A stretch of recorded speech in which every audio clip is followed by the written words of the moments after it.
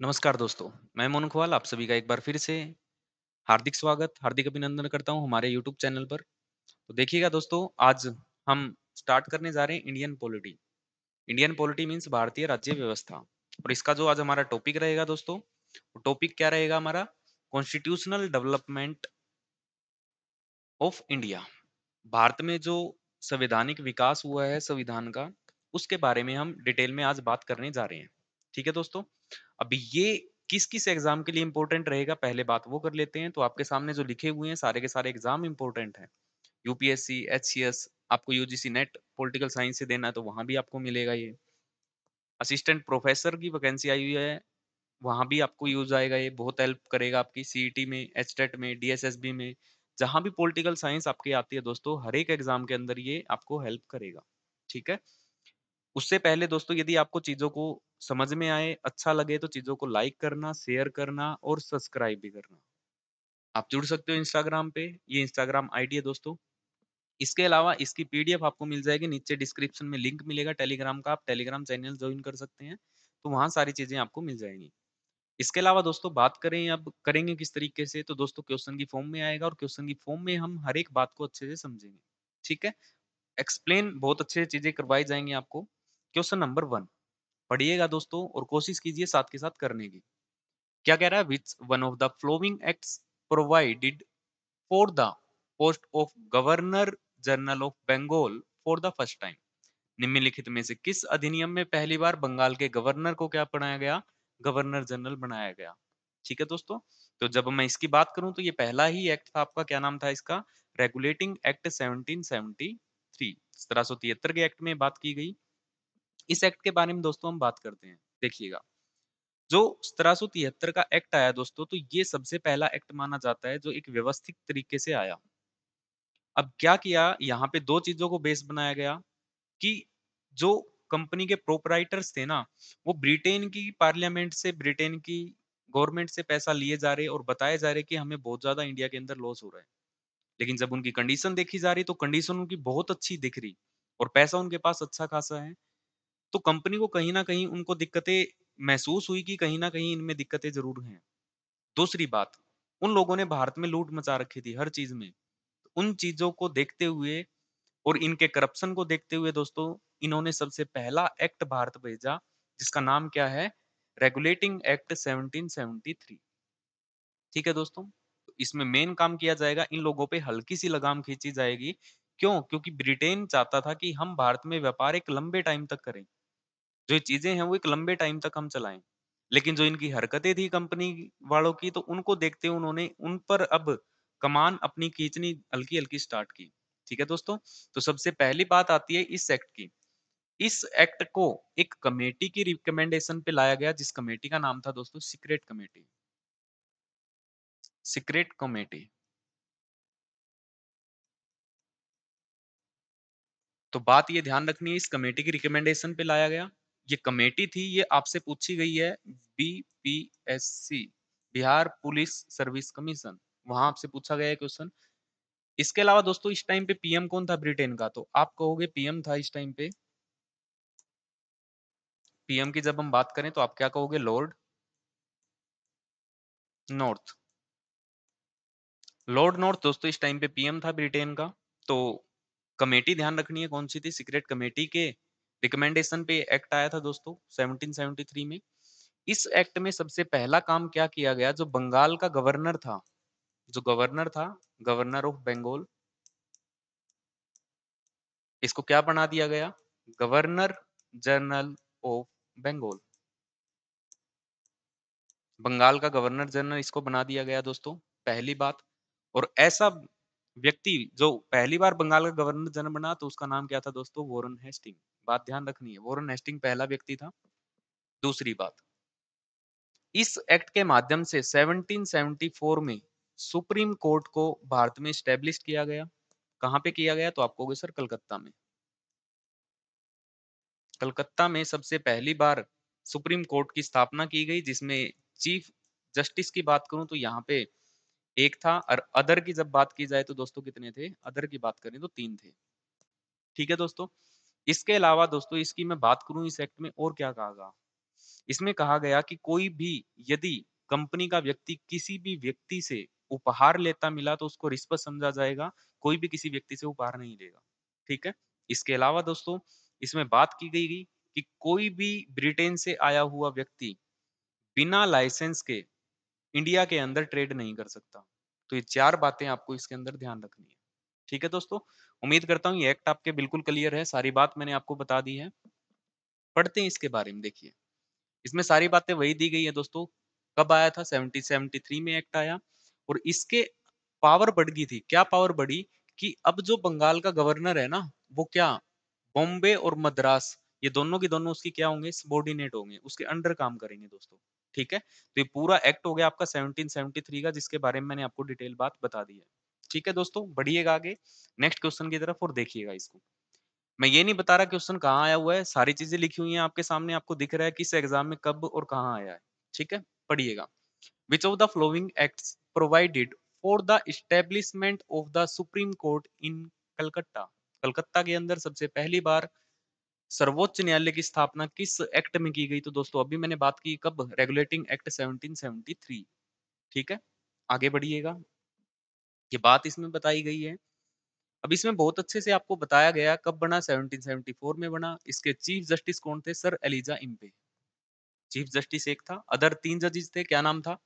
Robert Chambers, Stephen Lemaistres and John Hyde. तो 3 अलग जज थे जिनका नाम ये है। इसके अलावा दोस्तों जब मैं इसकी बात करूं तो ये एक it was a court of a record. इसको क्या कहा गया दोस्तों? यह एक अभिलेख न्यायालय था। ठीक है, अभिलेख न्यायालय की तरह काम करता था। और इसमें क्या क्या डिपार्टमेंट इसको दिए गए तो वो भी आपको ध्यान रखना है। क्या क्या? तो आप लिखोगे कानूनी अदालत इसको दी गई, नौ वाहन विभाग दिए गए। इसके अलावा धार्मिक अदालतों का काम भी इसने किया। और ये एक क्या था? एक अभिलेख न्यायालय की तरह काम भारत के अंदर करेगा। ठीक है दोस्तों, तो सबसे पहली बात यही थी। Next, under which act was the board of control established? Board of control की स्थापना किस अधिनियम के तहत की गई? तो दोस्तों बोर्ड ऑफ कंट्रोल की बात करूं तो एक्ट नंबर आपका देखो 81 आता है। इसमें कोई ज्यादा चीज नहीं थी, इसमें सिर्फ क्या था? ये सेटलमेंट एक्ट था। जो कमियां थी उनको दूर किया गया था, हल्की फुल्की बात की गई थी। लेकिन पिट्स इंडिया एक्ट 1784 में बात की गई किसकी? बोर्ड ऑफ कंट्रोल की। अब ये था क्या? इसके बारे में हम हल्की सी बात करते हैं। अभी इन लोगों ने क्या किया? ब्रिटेन से जो एक्ट आया इसने और हल्की सी उनपे लगाम खींच दी। क्या किया देखना। इन्होंने क्या किया? जो ट्रेड था, ट्रेड और जो पॉलिटिकल चीजें थी, या फिर आप कह सकते हो एडमिनिस्ट्रेटिव एडमिनिस्ट्रेटिव चीजें थी, इन दोनों को क्या कर दिया गया? सेपरेट कर दिया गया, इन दोनों को अलग कर दिया गया दोस्तों। ठीक है, दोनों में अलग अलग बात की गई। ये किसके अंडर रखा गया? तो आप कहोगे बोर्ड ऑफ कंट्रोल के, बोर्ड ऑफ कंट्रोल। और ये क्या था? Court of directors. तो ये दो चीज बनाई गई और अलग अलग के अंडर ये चीज दी गई। और बोर्ड, बोर्ड भाई इसमें कितने मेंबर्स थे? तो आप कहोगे 6 मेंबर्स थे इसके अंदर। 6 व्यक्ति यहाँ पे बनाए गए जो किस चीज को देखेंगे? इस चीज को अलग अलग कर दिया गया। इसके अलावा और क्या काम हुआ दोस्तों? तो ये ध्यान रखना है। इसी एक्ट के थ्रू ब्रिटेन के अंदर एक कोर्ट खोला गया। किस लिए? जो भी भारत में व्यापार कर रहा है वो व्यक्ति यदि करप्शन के मामले में कहीं फंसता है तो उस पे जो केस चलेगा वो कहाँ चलेगा? ब्रिटेन में चलेगा दोस्तों। तो ये सारी बात यहाँ पे की गई। ये बात आपको अब ध्यान रखनी है। आगे बढ़ते हैं। बात यही है, इसमें 6 मेंबर अपॉइंट किए गए। देखो इसमें बात लिखी हुई ना, पिट्स इंडिया एक्ट 1784। इसमें क्या किया गया? कमर्शियल एंड पॉलिटिकल फंक्शंस को क्या कर दिया गया? अलग अलग कर दिया गया। ठीक है बात।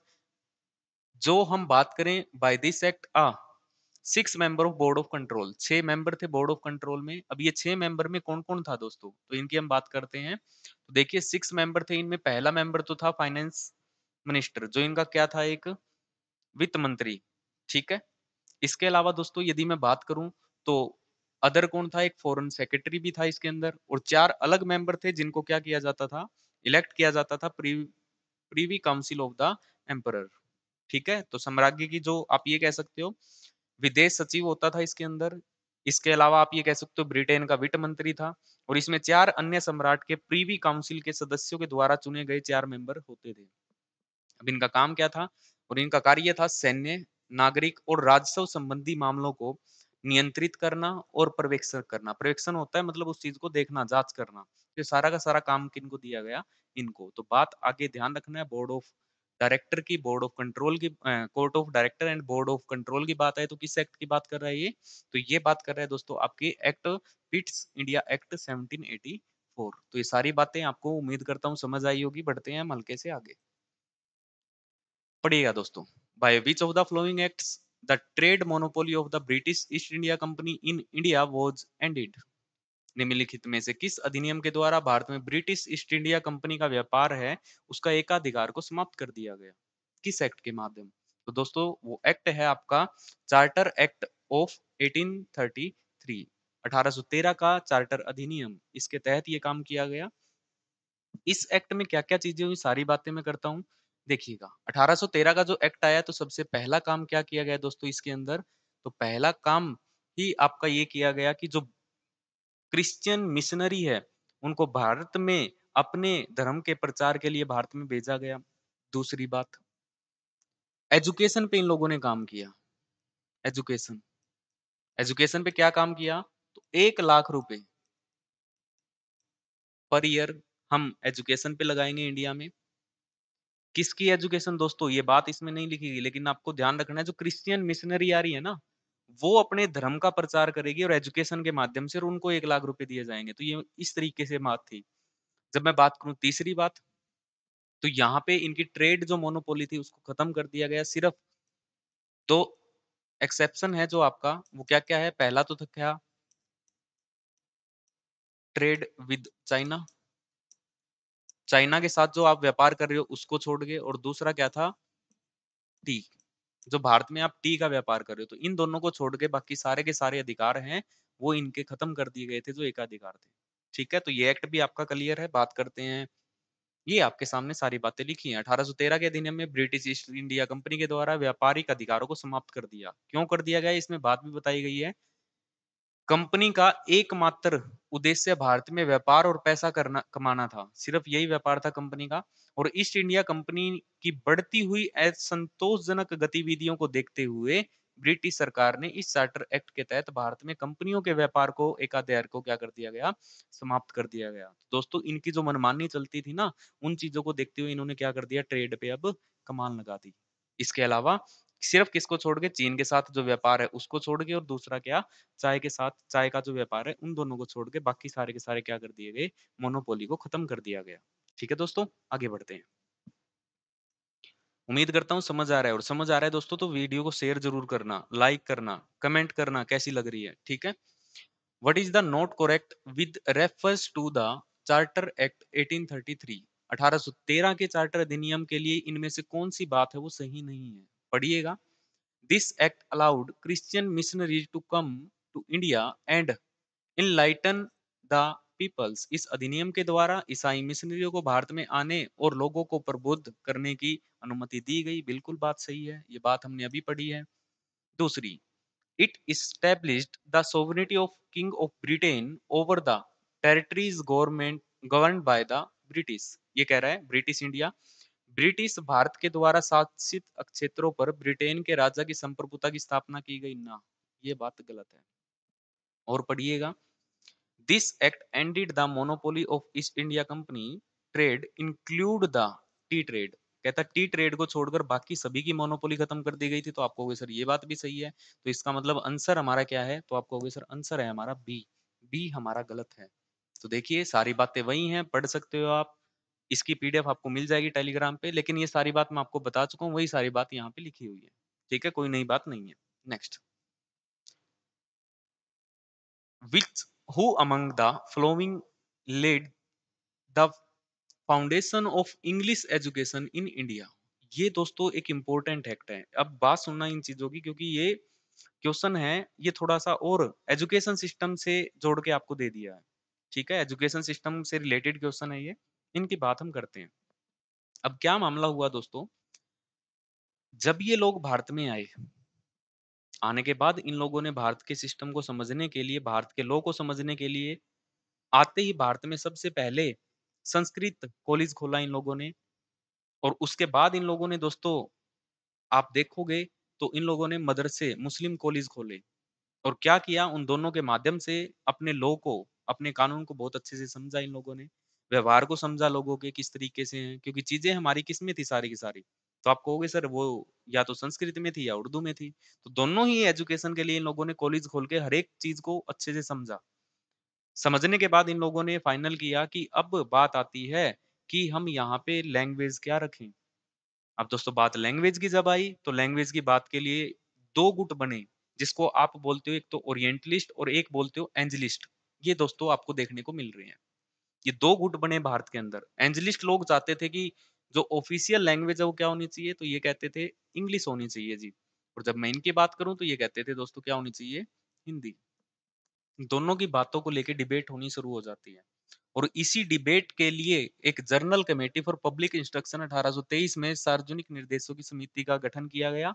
जो किस पे डिपेंड थी सारी की सारी, तो आप कहोगे किसके लिए थी ये, लैंग्वेज के ऊपर, इंग्लिश लैंग्वेज के ऊपर बात करने के लिए कमेटी बनाई गई। और इसी के साथ दोस्तों यदि चार्टर एक्ट 1813 की बात करूं तो इसके अंदर भी बात आ चुकी थी, लेकिन ये खुल के बात बाहर नहीं आई। क्यों? क्योंकि 1813 के एक्ट में ही ये मुद्दा चल रहा था किस चीज को हम बनाएं। लेकिन बात यहाँ थी तो ये फाइनल नहीं हुआ, इसीलिए आपको 1813 के एक्ट में ये चीज नहीं देखने को मिलती। लेकिन जब आप इस एक्ट को हायर एजुकेशन की तरफ से देखोगे तो वहां ये चीज आपको दिखेगी। ठीक है, ये क्वेश्चन थोड़ा सा हटके है आपके, लेकिन एजुकेशन सिस्टम से रिलेटेड है, तो मैंने ये बात आपको खोल के बता दी है। ओरिएंटलिस्ट क्या है, एंजलिस्ट क्या है, क्या जर्नल कमेटी है, कमेटी किस लिए बनी थी, वो इन दोनों की डिबेट के लिए, ठीक है, इन पे बात करने के लिए। लेकिन जैसे ही फाइनल हुआ तो इन लोगों ने क्या कर दिया था, इंग्लिश को ऑफिशियल लैंग्वेज है वो क्या कर दिया था, घोषित कर दिया था।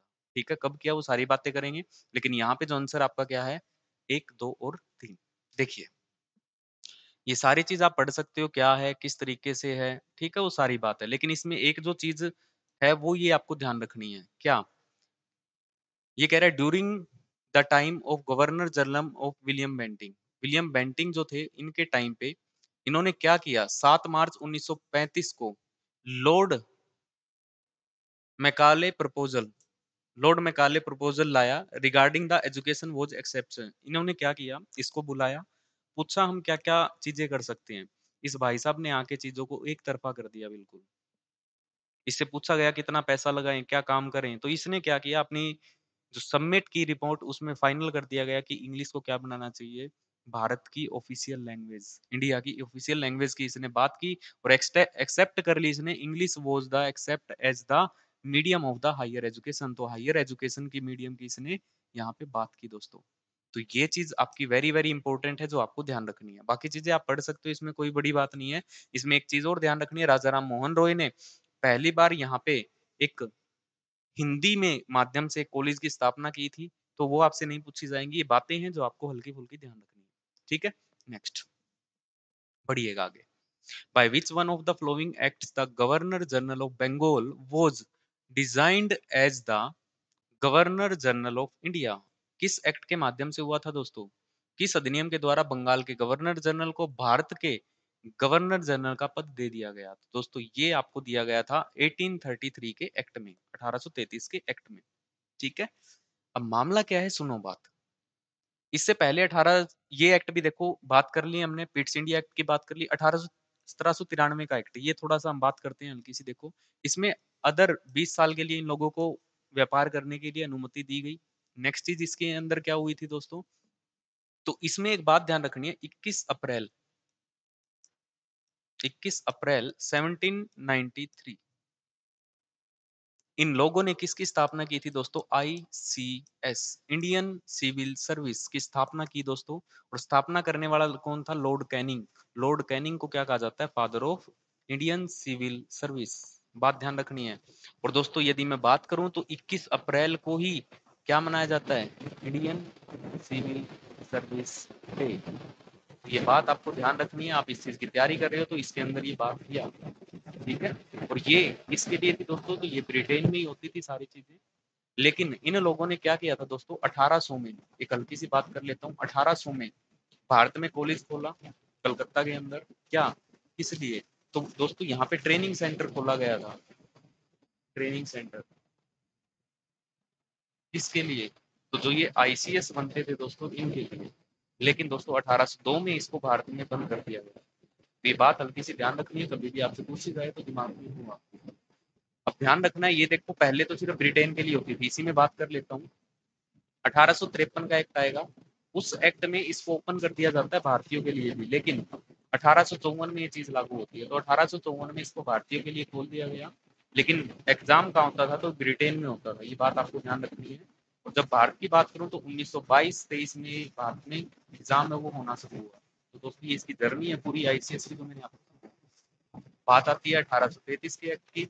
इस एक्ट के बारे में अब हम बात करते हैं। इस एक्ट की जब मैं बात करूं दोस्तों, तो 1833 के चार्टर एक्ट के अंदर साफ साफ बात कही गई क्या, कि जो अभी तक बंगाल का गवर्नर जनरल था उसको क्या बना दिया जा रहा है, अब उसको बनाया जा रहा है भारत का गवर्नर जनरल। अब क्या था, जब ये बंगाल का गवर्नर जनरल था दोस्तों, तो इसके अंडर में दो प्रोविंस आते थे। लेकिन अब क्या है कि अब इसके अंदर पूरा इंडिया इसके अंडर में काम करे, है ना। अब यहाँ पे बात कही गई कि इसको पावर और बढ़ा दी और पावर का सेंट्रलाइजेशन कर दिया, केंद्रीकरण कर दिया गया, सारी की सारी पावर इसको दे दी। दूसरी चीज, इसी के अंदर ये अलग से प्रोविंस बनाना चाहता है तो बना सकता है, लेकिन लेफ्टिनेंट गवर्नर की जरूरत पड़े तो वो भी इसमें क्या कर सकता है, नहीं कर सकता है। ये सारी बातें इसके अंदर की गई दोस्तों। इंपॉर्टेंट एक्ट है कब का, आपका 1833 का एक्ट। ठीक है दोस्तों, उम्मीद करता हूँ सारी बातें आपको समझ आई। ये सारी बात यहाँ पे अब लिखी गई है, जिनको आप अच्छे से पढ़ सकते हो, एक बार देख भी लो। बाय द चार्टर एक्ट 1833 में क्या किया गया, गवर्नर जनरल ऑफ बंगाल, इसको क्या बना दिया गया दोस्तों, तो इसको बना दिया गया governor general of India, Bharat का गवर्नर जनरल इसको बना दिया गया। पहले जब बात करूं 1773 के एक्ट में क्या बनाया गया था इसको, तो आप कहोगे sir governor general of Bengal बनाया गया था। और जब गवर्नर जनरल ऑफ बंगाल था तो इसके अंडर कौन कौन काम करता था, तो आप कहोगे बॉम्बे मद्रास प्रेसिडेंसी, ये सारी दोनों काम करती थी इसके अंडर। लेकिन जब एक्ट आया ये, इसमें लॉर्ड विलियम बेंटिंग, ये व्यक्ति ध्यान रखना है आपको, लॉर्ड विलियम बेंटिंग पहला व्यक्ति था जो क्या बना, गवर्नर जनरल ऑफ इंडिया। ठीक है दोस्तों, was made the first governor general of India. Under this act, the governor general and his legislature council were now given special legislative power for the whole British of India. Under this act, for the first time, the government of the Governor General was known as Government of India.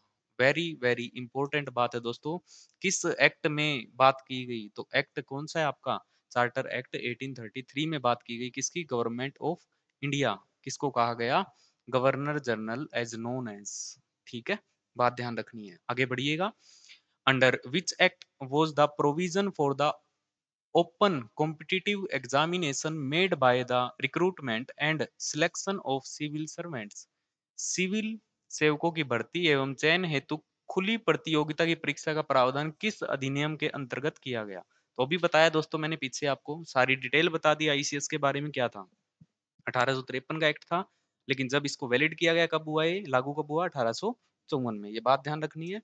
ये बात सारी वही लिखी गई है, 1854 में ये चीज शुरुआत हुई थी ये। और इस पे एक कमेटी भी बनी थी, कमेटी दिमाग में बिठा लेना, मैकाले समिति। मैकाले समिति को भारत में आईसीएस के बारे में दरवाजे खोलने के लिए इन पे सारी बातें की गई थी। ठीक है, next. By which of the following acts the Governor General of India was given the power of issue the ordinance। ordinance पास करने की पावर कब दी गई, तो दोस्तों ऑर्डिनेंस पावर पास करने की दी गई थी इंडियन काउंसिल एक्ट 1861, 1861 के माध्यम से ऑर्डिनेंस पावर पास करने की पावर दी गई इनको। इसी में ही दोस्तों एक बात, लॉर्ड कैनिंग थे यहाँ पे इस टाइम पे। अब इसमें एक बात और ध्यान रखनी है दोस्तों, पोर्टफोलियो सिस्टम चला गया था। पोर्टफोलियो पोर्टफोलियो सिस्टम क्या था, जो विभाग थे, डिपार्टमेंट थे, इनका सबसे पहली बार अलग अलग डिपार्टमेंट बनाए गए इसी एक्ट में।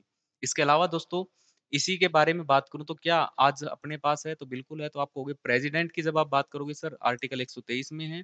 जब मैं गवर्नर की बात करूं तो आप कहोगे सर 213 में ये बात साफ साफ लिखी गई है कि जब कोई भी अव्यवस्था फैल जाती है और हमारी जो विधानसभा और विधान परिषद है या फिर लोकसभा और राज्यसभा है, ये यदि काम नहीं कर रही, सेशन इनके नहीं चल रहे, तो ऑर्डिनेंस पास किया जाएगा। ये ऑर्डिनेंस काम करेगा कितना, 6 मंथ तक टाइम पीरियड होता है दोस्तों ऑर्डिनेंस का, कितना, 6 मंथ। लेकिन जैसे ही सेशन आएगा तो उसको 6 वीक के अंदर उसको फाइनल कराना होता है, उसको प्रेजेंट करना होता है कहाँ पे, सेशन के अंदर, ठीक है? तो ये इसका टाइम पीरियड होता है, इसके अंदर ये लाया गया था दोस्तों, पोर्टफोलियो सिस्टम की शुरुआत की थी, वो सारी बात मैंने आपको बता दी।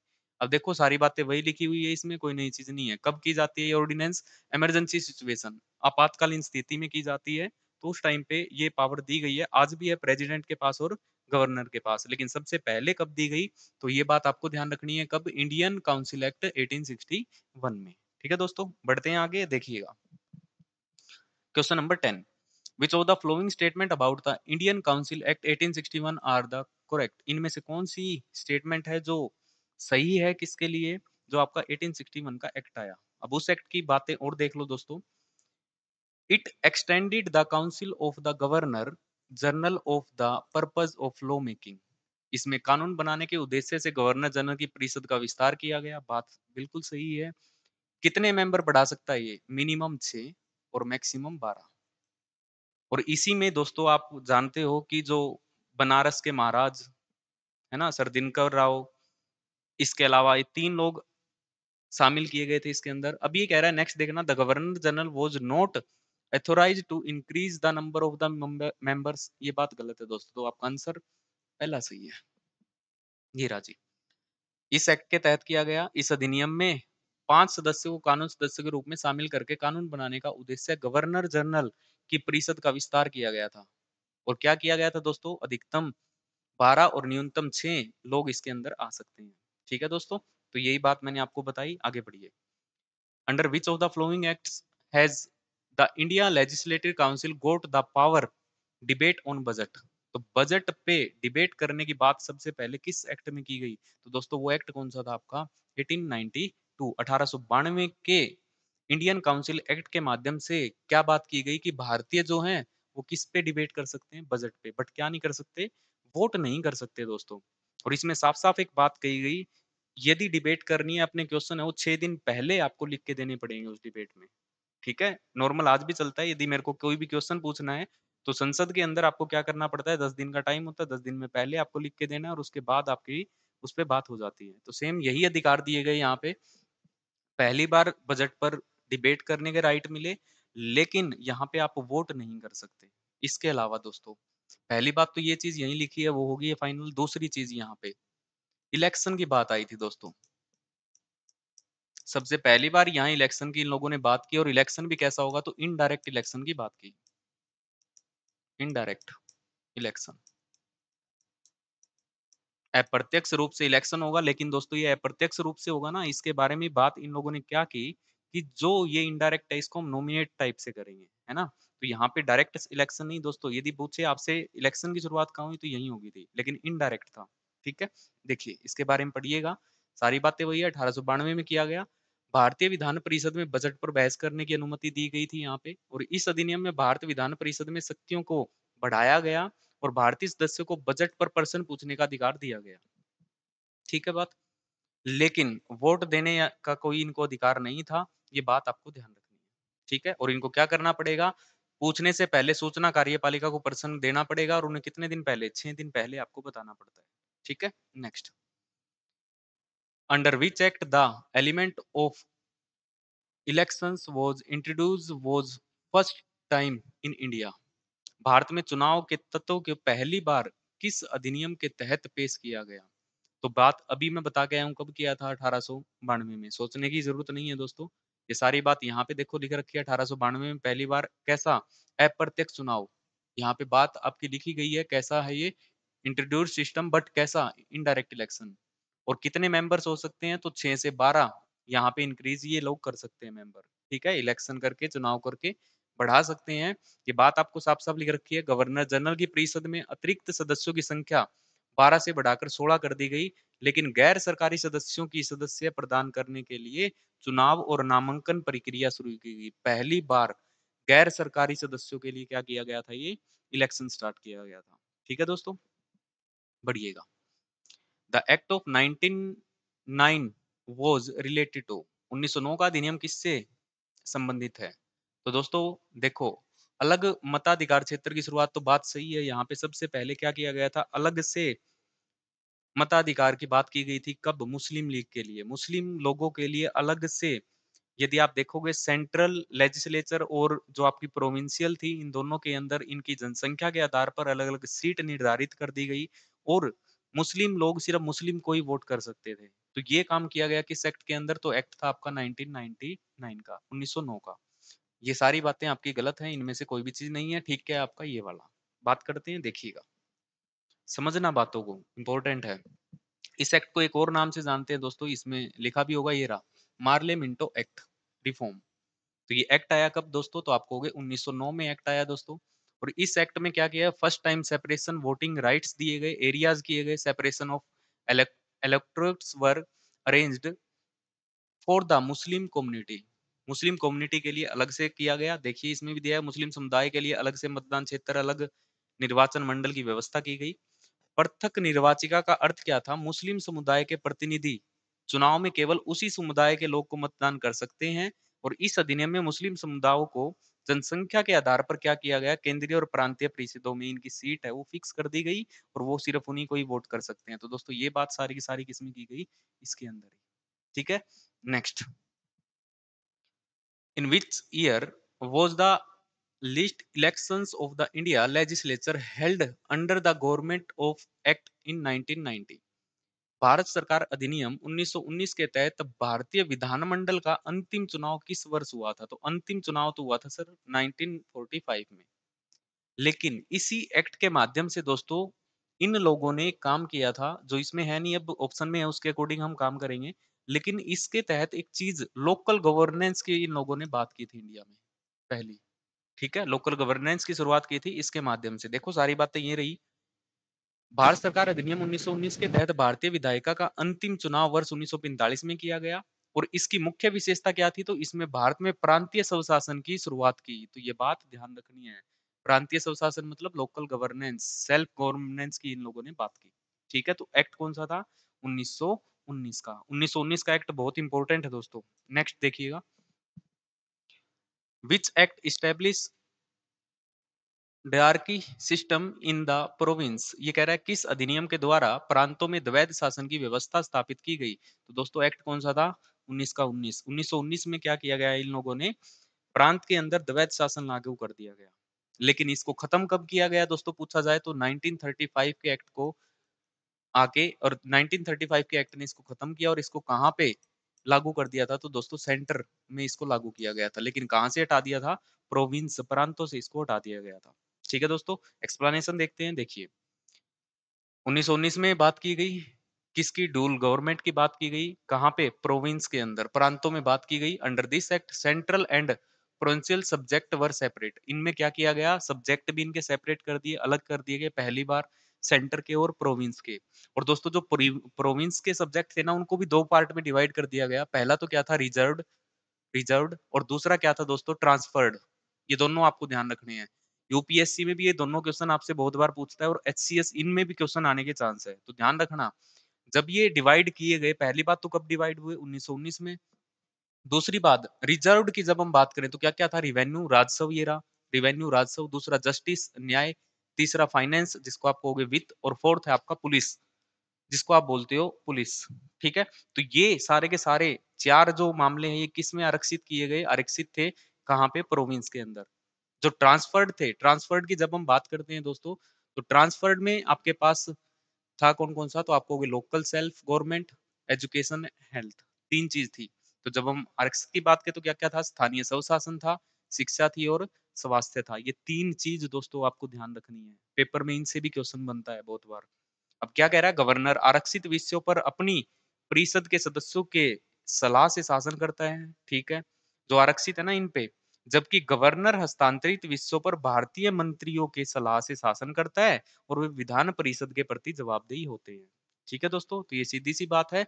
ये दो चीजों में डिवाइड किए गए थे, और ये दोनों आपको ध्यान रखना है किसमें क्या था, रिवाइज में, रिजर्व में क्या था, और ट्रांसफर्ड में क्या था। ठीक है दोस्तों, नेक्स्ट चलिए। तो दोस्तों उम्मीद करता हूँ यहाँ तक आपको बात बहुत अच्छे से समझ आई होगी। यदि अच्छा लग रहा है तो चीज़ों को शेयर लाइक ज़रूर कीजिए। इसी तरीके से हम टॉपिक वाइज़ करते जाएँगे। हमने स्टार्ट किया था 1773 के एक्ट से, और आज हम आ चुके हैं 1919 के एक्ट तक। ठीक है? तो धीरे-धीरे हम आगे बढ़ते जाएँगे, क्वेश्चनों को करते जाएँगे, और आपकी समझ और बेहतरीन तरीके से बढ़ाते जाएँगे। तो आज के लिए इतना ही। Thank you very much. Have a nice day. मिलते हैं हम नेक्स्ट क्लास में। Bye bye and take care. Thank you very much.